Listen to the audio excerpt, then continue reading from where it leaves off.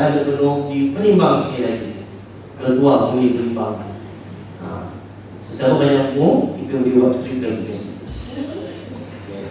Tapi di Singapura 95% saja.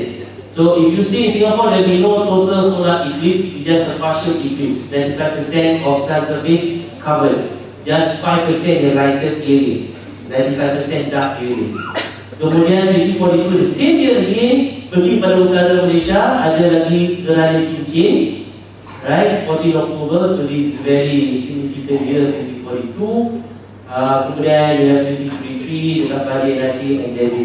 Okay, kalau nak tunggu solar eclipse, total solar eclipse yang boleh dilihat di Singapura, kalau tak nak travel, kita nak stay di Singapore and want to watch total solar eclipse, you will wait in the areas. Closest is year 2107. Which is how many years now? That's the closest, okay? That day itself, pada pukul 3 petang, there will be total darkness in Singapore for 55 seconds. So boleh pesan cicit kita punya orang-orang. Awak tunggu 2107, atau ni awak perkiraan awal-awal. The next one will be 2168. More than 100 years from now, right? There will be 4 minutes, lagi best. Gelap. Singapore will be total darkness for 4 minutes, 37 seconds. Not because of shortage of electricity, but because totally covered. I don't know what's going to happen in Singapore. Maybe switch on the public light or whatever. But for 4 minutes and a half, total darkness. And another one will be the year 2172. So you can see total solar eclipse yang boleh lihat di Singapura ni very rare. The last one yang Singapura boleh lihat ialah pada tahun 1821, 4 March to pukul 2.21 petang. That's for 2 minutes 33 seconds. Dikatakan, this is total legend, I don't know whether it's true. Dikatakan ketika tersebut, seorang panglima Melayu bernama Panglima Laksamana Hitam atau macam itu, dia buka kawasan di sebelah timur Singapura untuk buat perkampungan, dan ketika tersebut berlaku gerhana, maka keadaan jadi gelap, maka dinamakan kawasan tersebut Sea Gelap. Dinamakan kawasan itu Sea Gelap. So kekal sekarang ini Sea Gelap. Singapura ada tempat nama Sea Gelap. Ya, Sea terang tidak? Semuanya terang tak? Katanya, ini yang disampaikan kepada saya oleh orang tua yang tinggal di Sea Gelap. So kalau nak proper pronunciation, Sea Gelap Lane. Masjid Kampung Sea Gelap. Because this is original. Oh, ada benar atau tidak tak? So that's a total eclipse in Singapore. Kita dah boleh tahu predict in the future. It's very difficult for us to observe. Now, bagaimana gerhana matahari itu berlaku?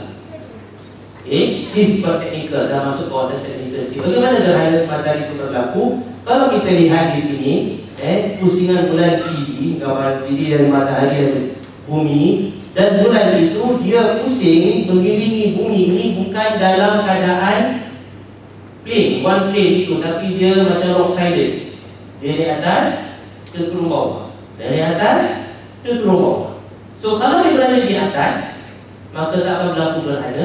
Kalau berlaku di bawah, tak akan berlaku gerhana. Tapi kalau berada di tengah-tengah, antara matahari, dia, si bulan ini, dan juga bumi, baru berlaku gerhana.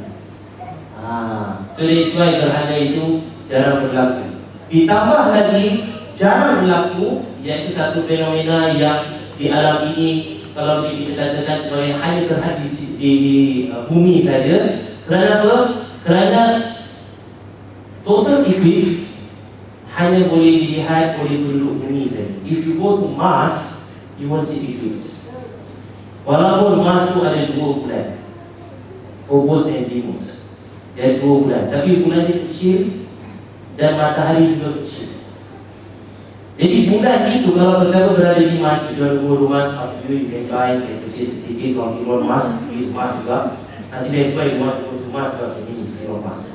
So you want to go to Mars, you can see eclipse, tapi senang total eclipse sebab matahari itu kecil, bulan itu juga kecil, tapi kalau banding relative to Mars is quite big, so dia akan cover the sun totally. we don't call it as eclipse, we call it as occultation. Kerana dia cover totally matahari tersebut. Hanya di bumi saja Allah jadikan saiz matahari ini dan saiz bumi relative to us is the same. Both sides are the same. So from us you can see the size of the sun and the size of the moon, they are the same. Walaupun matahari 1 million times bigger than the earth, several more billions than the moon itself, tapi kalau dia punya distance here, it makes it almost the same. So bila dia tu berjalan depan, just very nice, dia cover totally the sun. Because the size from us, both sizes are the same. So only on earth we can observe full total solar eclipse. Khas Allah jadikan untuk kita di dunia ini. Di bumi ini sebenarnya special Allah ciptakan untuk kita saja.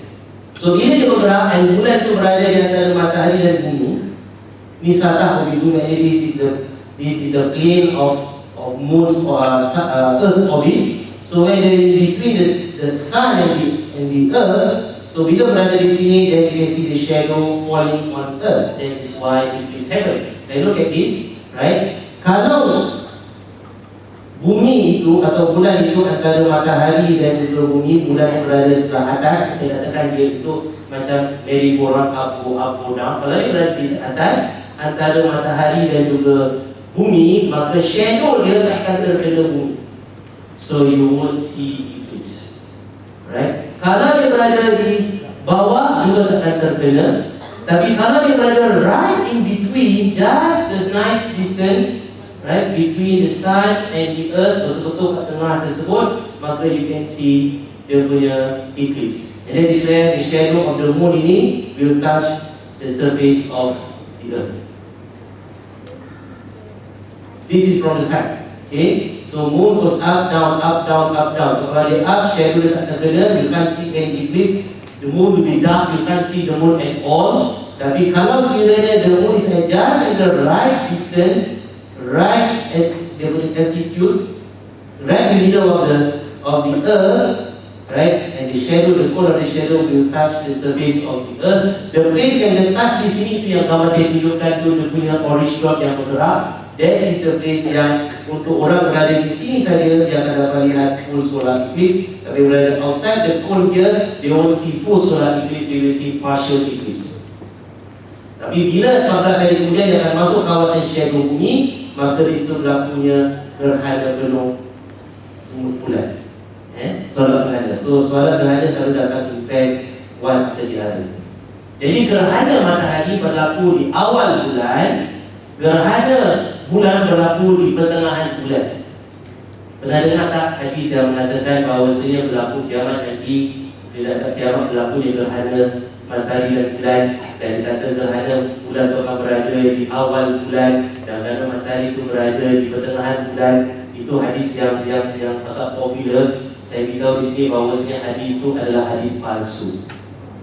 Whoever cuba kaitkan gerhana dengan fenomena gerhana ini dengan kiamat, dengan mengatakan Ramadan dan sebagainya, itu hadis palsu. Tapi memang betul berlaku. Allah SWT bila sebut tentang kiamat, wajibnya syamsu wal qamar, apabila dicampur, disatukan matahari dan juga bulan, maka berlakulah kiamat. Matahari dan bulan disatukan, sama adakah disatukan melalui eclipse kemenangan kita, atau benar-benar Allah SWT jadikan matahari itu membesar, dia jadi macam nova, maka dia akan cover bumi dan juga bulan, itu kita tahu. Kerana matahari tak akan stable. Matahari ada sampai pada penghujung masanya. Bila dia sampai akhir hayat, dia akan membesar. Bila sampai besar saiz dia akan cover sampai kepada orbit bumi, earth orbit, dan ketika tersebut permukaan matahari itu akan berada di dalam kawasan bumi. So bumi will be inside the sun, and bumi dan juga bulan akan berada dalam matahari. Wajibnya syams wal qamar. Maka disatukan matahari dan juga bulan beserta dengan bumi sekali. Maka ketika itu bumi akan terlalu panas, air laut akan menggelegak seperti Di mana yang Allah SWT firmankan dalam surah Takwir, surah Infitar, Aidau bergetar, bumi guncang dan sebagainya, tak stabil kerana graviti matahari tersebut sangat kuat dan sebagainya. Ada tadi berlaku? Allah kemungkinan kita tak tahu. Tapi gerhana mungkin berlaku apabila nak dekat dengan kiamat nanti. Jadi ini fenomena gerhana, dan itu dia tidak berlaku pada setiap awal bulan. Hanya apabila 2 kali dalam setahun bila bulan berada at the right position center of the earth, barulah berlakunya gerhana. Nah, kita lihat di sini, apabila shadow of the moon touches the earth, kita akan lihat katakan ini namanya sebagai umbral shadow. Di sini gelap. Ini yang katakan tadi orange dot yang berjalan di sini. Tapi outside here is called penumbral shadow. Siapa yang berada di kawasan gray area ini, dia akan lihat partial solar eclipse. Siapa yang berada di tengah-tengah di sini akan lihat sama ada annular solar eclipse, cincin, ataupun total solar eclipse. Siapa yang berada di luar kawasan di sini tak akan dapat lihat gerhana tersebut, dia akan lihat matahari direct. Jadi kawasan sini dia akan block dengan bulan cahaya matahari tersebut. Now this size here, maximum size of this dot is 267 km saja di width atau di diameter, because it's a circle. Because dia punya shadow dia adalah shadow bulan dan bulan tu bulat, maka dia shadow bulan yang bergerak, maka the diameter is 267 km. So those people yang berada within that 267 km maximum width, yang akan dapat lihat total eclipse. Kita esok annular eclipse bukan 267 km, tapi lebih kurang 160 km saja. So the diameter of that circle, the shadow tu tengah tu, within 160 km people living within the area saja dapat lihat the annular eclipse. Outside that you can't see. So Singapura di sini, setengah daripada Singapura berada dalam dot itu, setengah lagi berada luar daripada dot tersebut. Kawasan Al-Mokyo ke bawah, kita berada dalam dot tersebut, kita akan lihat annular eclipse. Kawasan Woodlands, Sembawang dan sebagainya, kita berada di luar daripada 160 km, kita akan lihat partial solar eclipse. So besok orang Singapura kalau siapa nak lihat partial solar eclipse, pergilah sebagai utara. Siapa nak lihat annular solar eclipse, tapi tak selama macam di Batam di sini, mereka pergi kawasan selatan, di kawasan Marina Bay dan sebagainya, mereka akan lihat juga. So about 160 km. Now bumi ini putar, speed dia 1670 km per hour. Imagine, kita ni bergerak more than the speed of sound, tapi kita tak rasa. Faster than jet speed. Okay? Speed of the jet 160,000, 1670 km per hour. Tetapi bulan ini bergerak kelajuannya 3680 km per hour. So this is rotating at 1600, this is moving at 3600. So we have the moon in excess of the speed of 2000 km per hour. So shadow yang bergerak di sini bergerak dalam speed 2000 km per hour. That is why very fast. Kita hanya dapat lihat about 3 minutes saja. After that the shadow will pass us. Kita lihat sekarang ini, dan bila sampai masa nak gerhana 10.22, shadow tu sedang approach kita. Sampai pada 10.22 tu shadow tu dah mula cover kita. Sampai 10.23, 10.24, 10.25, sorry 10 pula, 12.25, that shadow will leave us, because that shadow is moving at 2000 km per hour. Okay, sampailah dia tu pada penghujung. So ini pada 10.27 pagi waktu WIB, waktu Indonesia Barat, layang-layang mula kena di kawasan Saudi di sini. Okay, so Saudi dah mula dapat lihat. Tapi kita berada di sini, so kita tak dapat lihat lagi. We are going to be here, our position, right? And then the punya shadow will move at 12:22. The shadow will be here, that is us. We also moving, so coincide us dengan shadow tersebut pada 12:22. Just at that time, 2000 km per hour the speed, you will only be inside the shadow cone, the shadow circle, just for 3 minutes. After that, that shadow circle will leave you, will leave us, and they move on. So dia akan terus bergerak sampailah pada 2.18 waktu WIB, ketika tersebut berada di kawasan Pacific Ocean, Guam sebagai contoh, right? we will be here, right? But we can't see the punya cone anymore because the cone will be observable here. So siapa yang berada di Guam ataupun di Pacific Ocean, mereka hanya dapat lihat gerhana itu pada sebelah petang. Itu pada waktu mereka lebih kurang pukul 4 petang. Ketika semua waktu kita pukul 2, mereka dah pukul 4 petang dan mereka nak approach waktu maghrib dan maghrib kat sini.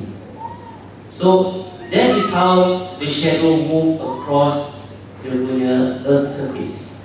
Now every eclipse dia punya movement is different because Earth is rotating and Moon is rotating and Earth ada dia punya inclination dan sebagainya. So it's a complex punya interaction, and so every movement of the shadow is different from one eclipse to another. Ini animation eclipse pada tahun 2017. Boleh kita lihat dia animation yang baik sedikit. So you can see the cone here of the moon, the shadow here. Kita lihat, okay, dia mula touch kat sini, and then as the Earth rotates, the moon is also moving. The Earth is also rotates. So you can see the shadow moving across the United States at a speed of 2,000 kilometers per hour. So this will be 2,000. So anyone inside in the middle here can see. For 3 minutes, 2 minutes, after that, that's it. The shadow will pass you and move on to another place and will leave that area. So it's continue moving towards across this Atlantic Ocean ini pada 2017 punya eclipse and approaching to sunset. Bila dekat sunset, those people living here and that's it finish. So eclipse selalu bermula daripada sunrise and ends at sunset. But because it's moving very fast, so total duration eclipse lebih kurang dalam masa 3 jam, 4 jam sahaja.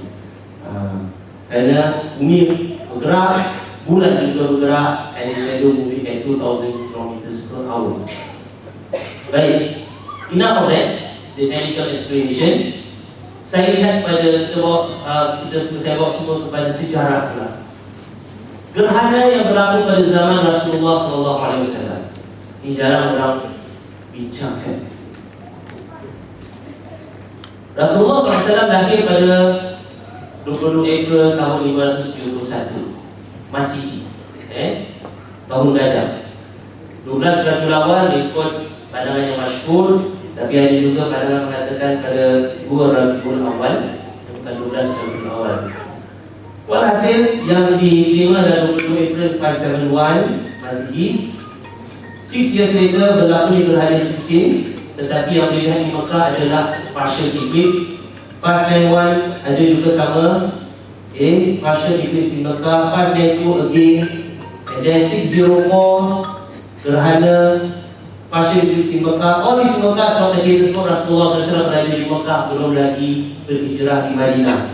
Sampai pada 617, there was the last eclipse in Mekah, observable by those people in Mekah, and possibly, most probably, Rasulullah SAW ikut observe it, tapi belum lagi disyariatkan solat gerhana. Belum lagi. Jadi, boleh dilihat oleh mereka di sana. Maka gerhana ini sesuatu yang agak common untuk orang Arab. Mereka selalu melihat. Rasulullah hijrah pada tahun 622 Masihi, dan 622. And then, ketika Rasulullah berada di Madinah, berlaku 2 solar eclipse. 2 solar eclipses. The first eclipse in 21 April 267. There is a total solar eclipse actually, but in Madinah mereka lihat sebagai partial solar eclipse. So this probably the first time yang Rasulullah SAW melihat solat gerhana. Dalam sebuah hadis Sahih Bukhari, ada seorang sahabat melihat pada siang hari dulu masuk waktu Rasulullah SAW dan para jemaah dan para sahabat kerja dengan solat gerhana. Dia tak tahu solat apa.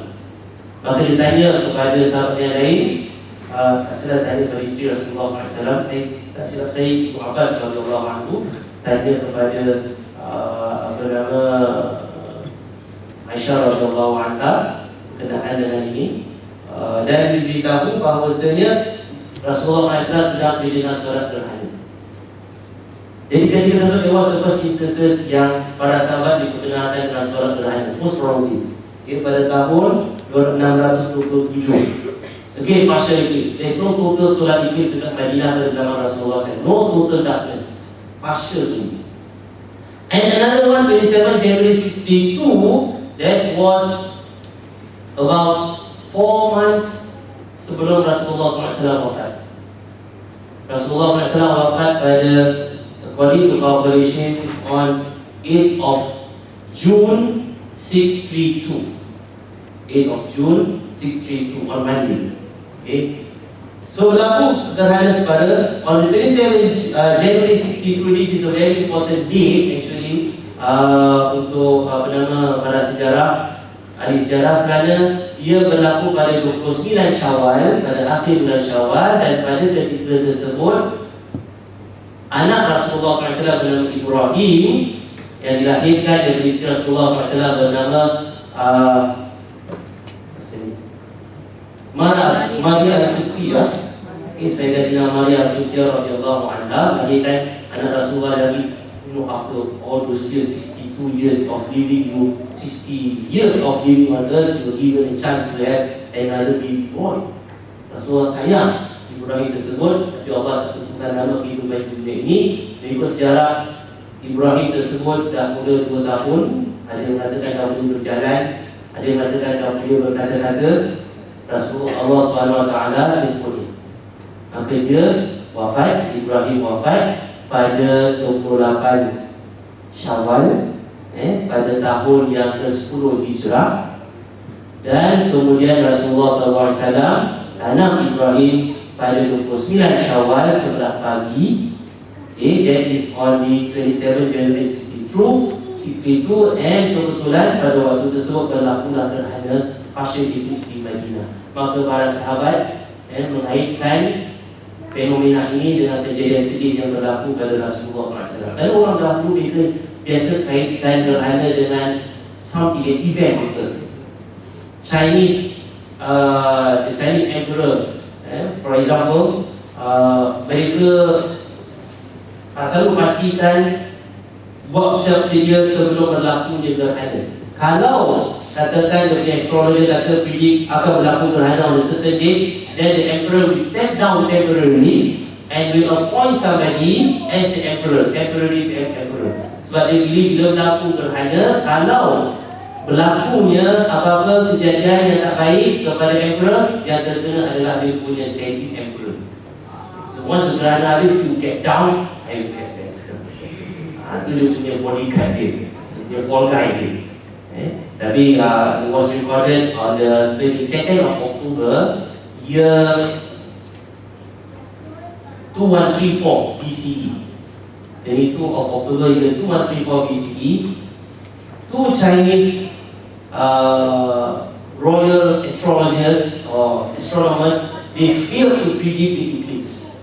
So the emperor was still there, berlaku the eclipse. Emperor mengamuk, kalau apa-apa berlaku ke apa macam mana. So both of you fail your duty. Execute that. Mati dulu. So it's hazardous job, no? Well, so some jobs have this occupational hazards, so there's occupation for those people lah. So manusia selalu kaitkan fenomena di langit dengan apa yang berlaku di bumi.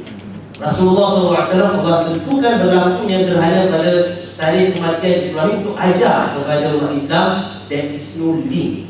That is a natural phenomenon. Tak ada kena dengan awak punya hubungan di bumi tersebut. Jangan kaitkan apa-apa. So actually Allah SWT didik kita to be objective, not to be emotional, irrational. Look at things as it is, right? Try to discover. Maka Rasulullah gunakan opportunity tersebut. Bila sahabat katakan, oh alam pun bersedia atas kematian Ibrahim. Macam zaman sekarang kadang-kadang bila seseorang tu meninggal, oh hujan. Maknanya alam pun bersedia atas kematian orang. Banyak orang kafir pun mati waktu hujan. Macam mana tu? So anyway, Rasulullah SAW bila berlaku gerhana tersebut, Rasulullah SAW panggil sahabat semua, kemudian kerjakan solat gerhana. Sahabat dah tahu kerjakan solat gerhana bagaimana, kerana dah pernah berlaku gerhana sebelumnya 627. Kemudian Rasulullah SAW naik atas mimbar dan Rasulullah SAW dengan khutbahnya. Di antara pesanan Rasulullah SAW, Rasulullah baca hadis ini. Rasulullah beritahu dalam hadis ini riwayat oleh Imam Bukhari dan Muslim. Sabda Rasulullah SAW, Inna syamsa wal qamara ayatan min ayatillah, la yuksafani li mauti ahadin wa la li hayati, fa idza ra'aitum dzalika fa'allah wa kabbiru wa tasaddaqu. Ada hadis lain yang berlaku pada tahun yang sebelumnya 67 masih disebut Rasulullah baca hadis yang lain berkenaan juga. Tapi masuk hadis ini apa? Rasulullah nak beritahu kepada kita, do not link whatever phenomena out there with your humanly affairs. There is no such thing. Kerana matahari dan bulan itu adalah dua tanda dari besar Allah SWT. It's just a sign of Allah's greatness. Tidak berlaku kerana matahari dan bulan atas kematian seseorang atau kehidupannya. No such thing. Break up the link. Rasulullah SAW is the only leader in history that break up the link between whatever happened in heavens to whatever happened on earth. After Rasulullah SAW pun masih lagi the emperor siapa kaitkan fenomena ke atas dengan keadaan kehidupan di dunia. Itu yang dikatakan sebagai astrologi. Astrologi is haram, syirik. Why? Sebab tidak ada kena-mengena antara yang berlaku kat sana dengan apa yang berada di bumi, kecuali kalau kiamat nanti. Maka kata Rasulullah, kalau kamu lihat gerhana tersebut, pergilah, maknanya bersegeralah mengingati Allah SWT. Jadi apabila berlaku gerhana, kita disunatkan, ini adalah sunnah ketika berlaku gerhana, untuk kita solat dan berdoa kepada Allah SWT. Doa ini maksudnya kita minta ampun kepada Allah SWT atas segala dosa-dosa kita, kerana dia mengingatkan kita pada kebesaran Allah SWT dan juga azab siksa yang menanti mereka yang tidak bertaubat daripada dosa-dosanya. Bila berlaku gerhana matahari, dengarkan kita betapa hebatnya panas matahari tersebut, tak boleh lihat dengan mata kecuali apabila berlaku gerhana. Jadi berdoa kepada Allah SWT ketika tersebut, doa makbul ketika berlaku gerhana. Dan ketika gerhana berlaku peristiwa ketika pada tahun 632 tersebut, hari mana Ibrahim ditanam, apa yang berlaku ialah Rasulullah SAW ketika rukuk, para sahabat dapat lihat Rasulullah SAW ulurkan tangan dia macam Nabi sesuatu ketika rukuk, dan Rasulullah pun berkisah. Habis solat, sahabat tanya kepada Rasulullah SAW, Ya Rasulullah, apa yang Rasulullah buat ketika rukuk tersebut? Kamu lihat yang Rasulullah macam ulur, Nabi sesuatu kemudian tarik balik. Maka Rasulullah SAW beritahu dalam hadis, sambung daripada hadis tadi, sesungguhnya ketika rukuk tersebut Allah buka padaku hijab sehingga aku dapat lihat keadaan syurga. Dan ketika tersebut aku dapat lihat anggur daripada syurga. Maka ulurkan tangan aku nak ambil anggur tersebut. Maknanya dia punya space, this physical world and this spiritual world, the gate was open. So Rasulullah boleh ambil ke Rasulullah nak? Rasulullah tarik tangan. Tadi dia ambil. Kata Rasulullah SAW hadis tersebut, kalau aku ambil anggur tersebut, bawa pada this physical world, kamu akan dapat terus menikmati anggur tersebut, tak akan habis-habis. Sebab syurga, syurga tak ada benda yang habis. Rasulullah dibawa makanan syurga, the best anggur. Tak pernah orang ambil pula yang keluar pula, dia macam bersih, anggur macam syurga, tak boleh lah. Jadi Rasulullah nak elakkan sedemikian semua. Ini hikmahnya, biasanya Rasulullah SAW supaya orang tak terpedaya dengan objek. Kerana manusia ni senang terpedaya dengan objek. Dia lupa yang create objek tersebut. Contohnya, kadang orang pergi kepada maqam dan sebagainya, kadang-kadang dia mengagungkan maqam tersebut lebih daripada Allah SWT. Dia ingat sahibul maqam tersebut, wali ini, syekh ini, habib dan sebagainya, lebih daripada ingat Allah SWT, kerana dapat lihat objek tersebut. Kerana itu orang yang musyrik, mereka perlukan objek untuk mereka sembah. Ikon, sama ada berhala ke, bentuk plus ke, bintang ke, whatever ke, it's an object to signify, to bring them together, and to bring them closer to what you want to worship. Tapi Islam kata there's no such thing. You worship Allah, and Allah is an object. And so Rasulullah kami, jadi maknanya tidak ada anggur daripada syurga untuk kita. Tapi Rasulullah SAW tambah lagi, ini yang mengerikan. Kata Rasulullah SAW, aku juga ketika tersebut dibuka dan aku lihat keadaan neraka. dan tidak pernah aku lihat keadaan seburuk itu sepanjang hidupku. Rasulullah SAW dapat melihatkan keadaan neraka 2 kali. Pertama dalam mimpi Rasulullah SAW, dan kedua ketika Rasulullah SAW solat gerhana tersebut. So it's a very special event actually for us Muslims. Kali itu kita digalakkan untuk berdoa kerana insya-Allah mudah-mudahan ketika tersebut itu langit terbuka, maka doa kita makbul. Mintalah kepada Allah SWT, minta terutama taubat kepada Allah SWT. Jadi kita solat dan doa.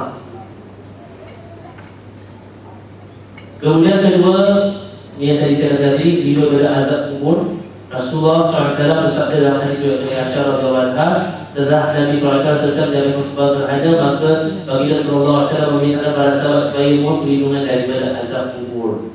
Kerana azab kubur itu adalah benar. Kita mohon pada Allah semoga kita lepas daripada azab kubur. Tapi no guarantee. Seseorang enjoy kat bumi ini, no guarantee dia dapat enjoy terus menuju masa dalam kubur. Jadi kita minta pada Allah nikmat dalam kubur, bukan azab dalam kubur. Doa ketika berlaku gerhana esok. Dan ketiga, Rasulullah SAW menggalakkan kita supaya bersedekah. Bersedekah. Kerana Rasulullah sabda, apabila kalian melihat gerhana, maka hendaklah kalian berdoa kepada Allah, menjaga solat dan bersedekah. Dan itu insyaAllah kita akan hidupkan sunnah ini. Esok selepas gerhana kita akan jalankan tabung lah, yang belum. Bagi siapa yang nak derma, kita ada paksaan, kali ini sunnah saja, bukan wajib. Siapa nak derma, berapa banyak derma terpulang, kita tak tahu. Kita akan letak dalam envelope, dan selepas itu selepas kita solat dan makan tengah hari, kita akan pergi kepada rumah anak yatim untuk kita serahkan sedekah tersebut. Dari amalan sunnah, kemudian Allah SWT terima sedekah kita dan hapuskan dosa kita. Kerana yang dapat hapuskan dosa adalah amalan soleh, dan sebab baik amalan soleh dapat hapuskan dosa adalah sedekah. Kerana itu digalakkan sedekah ketika berlakunya gerhana tersebut. InsyaAllah besok kita akan hidupkan sunnah tersebut. Baik, akhir sekali, cara mengerjakan solat gerhana ini nak ingat bagi mereka yang mungkin tak pernah kerjakan solat gerhana ataupun agak sama-sama. Solat gerhana di sini agak unik, tak pernah ada solat seperti ini. Sebagaimana uniknya gerhana, itunya uniknya solat ini. Dia ada 2 rakaat, tapi setiap rakaat ada 2 Fatihah dan 2 rukuk. Jadi kita kemudian takbiratul ihram, kemudian kita akan baca Fatihah. Imam akan baca Fatihah secara jahar, secara kuat, dan surah secara kuat. Kemudian rukuk. Kemudian bangun bukan i'tidal, tapi baca Fatihah lagi dan surah lagi. Kemudian rukuk, kemudian barulah i'tidal, kemudian sujud, 2 kali sujud, dan sujud lagi, kemudian diri untuk rakaat yang kedua dan kerjakan yang sama juga. Jadi ini 2 surah ni Rasulullah baca panjang. Baqarah, An-Nisa, Al-Imran, Al-Ma'ah. Rasulullah saya jangan suruh saya. Okay, kita baca ringkas saja. Okay, jadi ini yang kita akan kerjakan. Selepas kerjakan solat ini, kita akan ada khutbah gerhana. Saya akan sampaikan khutbah tersebut insyaAllah. Khutbah tak panjang lah, saya dah cut short lah. Sebab apa? Panas. Jadi pada jemaah boleh buka payung ke, topi ke, pulang lah yang berjemur kat panas ni, biar tersebut tu. Jadi kita rasa shortcut nak menjaga maslahat imam. Jadi itu kan, kita akan lakukan khutbah gerhana. Ini lepas itu kita akan tunggu zuhur untuk menjalankan solat zuhur. Jadi kita sebut gerhana dah berlaku. Biasanya orang menjalankan gerhana selepas solat gerhana. Tadi kita akan kerjakan sebelum solat. Orang kerjakan solat gerhana selepas kemuncaknya. Kita akan kerjakan sebelum kemuncaknya. Kalau kita buat persiapan untuk kemuncak gerhana tersebut. Jadi apa cara esok? Yang akhir sekali, jam mudah pukul 9 lebih, mata mudah jam 11 pagi, para jemaah diminta turun untuk bawa beg besar sekali, bersedia untuk check out. So kita takkan naik atas bawa turun beg lagi. So everything beg besar bawa turun, yang penting dah letak di lobby. Mana beg-beg yang perlu di-pack balik, kita boleh tinggalkan dalam bilik hotel untuk last day kita packing. Kemudian jemaah diminta kumpul di tanah lapang di belakang hotel kat sini, just outside there. Ya, alhamdulillah tempatnya agak baik. Pukul 11.30 kita akan lakukan solat gerhana. That will be 1 hour after the eclipse start. So 11.30 saya jadikan 11.45 15 minit selesai solat dan khutbah. Dan kita boleh buat persiapan dan sebagainya untuk kita nak ambil gambar gerhana dan sebagainya, dan kita melihat dalam tersebut, dan kita tunggu solat zuhur pula. 12.05, 12.06 azan. Lepas azan ini kita solat zuhur 4 rakaat berjemaah. Dan after that kita tunggu 12.22 mengucap gerhana. 12.30 selesai mengucap gerhana, kita masuk dalam hotel balik. We can check out with the keys. Actually it's 12 o'clock to check out. Jadi kita extend sikit lah, half an hour berapa. Sedangkan kita session dan sekarang kita boleh make up barang-barang kita apa semua, all the equipment kalau dalam beg dan sebagainya. Kita cepat-cepat kita serahkan kunci. 1 PM kita dah dalam bas. Dalam bas terus kita makan tengah hari di restoran. Kemudian kita akan solat subuh, kita akan pergi kepada panti asuhan, iaitu mana yatim. Betul ya? Kemudian kita akan pergi kepada Masjid Agung ya? Masjid Mahmud Yayasan. Masjid apa? Sultan Mahmud Yayasan. Sultan Mahmud Yayasan. Riayah Shah. Masya Allah, Riayah Shah. Solat itu kita solat asas. Selepas itu terus kita pergi ferry terminal dan kita prepare dari Seoul mau shopping boleh pergi. Okay, so itu aku cara kita pada keesokan hari, dan kita akan solat maghrib di Sepang, tempat di ferry terminal, and we take our ferry back home, and kita akan pergi kepada Harbourfront. Around 9 PM kita akan sampai, dan finish lah kita punya rela kita pada hari ini, insyaAllah. Semoga Allah SWT berkati perjalanan kita ini, dan semoga Allah SWT menjadikan kita orang yang lebih baik lagi, yang kita menyaksikan kejadian dan Allah SWT esok, dan semoga Allah SWT ampunkan dosa-dosa kita, dan juga Allah SWT memberikan kita segala kebaikan dan kebaikan, insyaAllah. Sekian saja apa yang saya dapat sampaikan pada malam ini, semoga dapat manfaat bagi kita semua. Aku qouli hadza wa astaghfirullah wa lakum wa lisal muslimin wal muslimat wal mu'minat. Assalamualaikum warahmatullahi wabarakatuh. Waalaikumsalam warahmatullahi wabarakatuh. Terima kasih kepada Ustaz.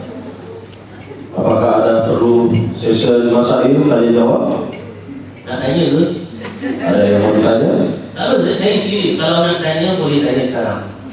Jangan tanya saya esok, saya pun nak tanya juga.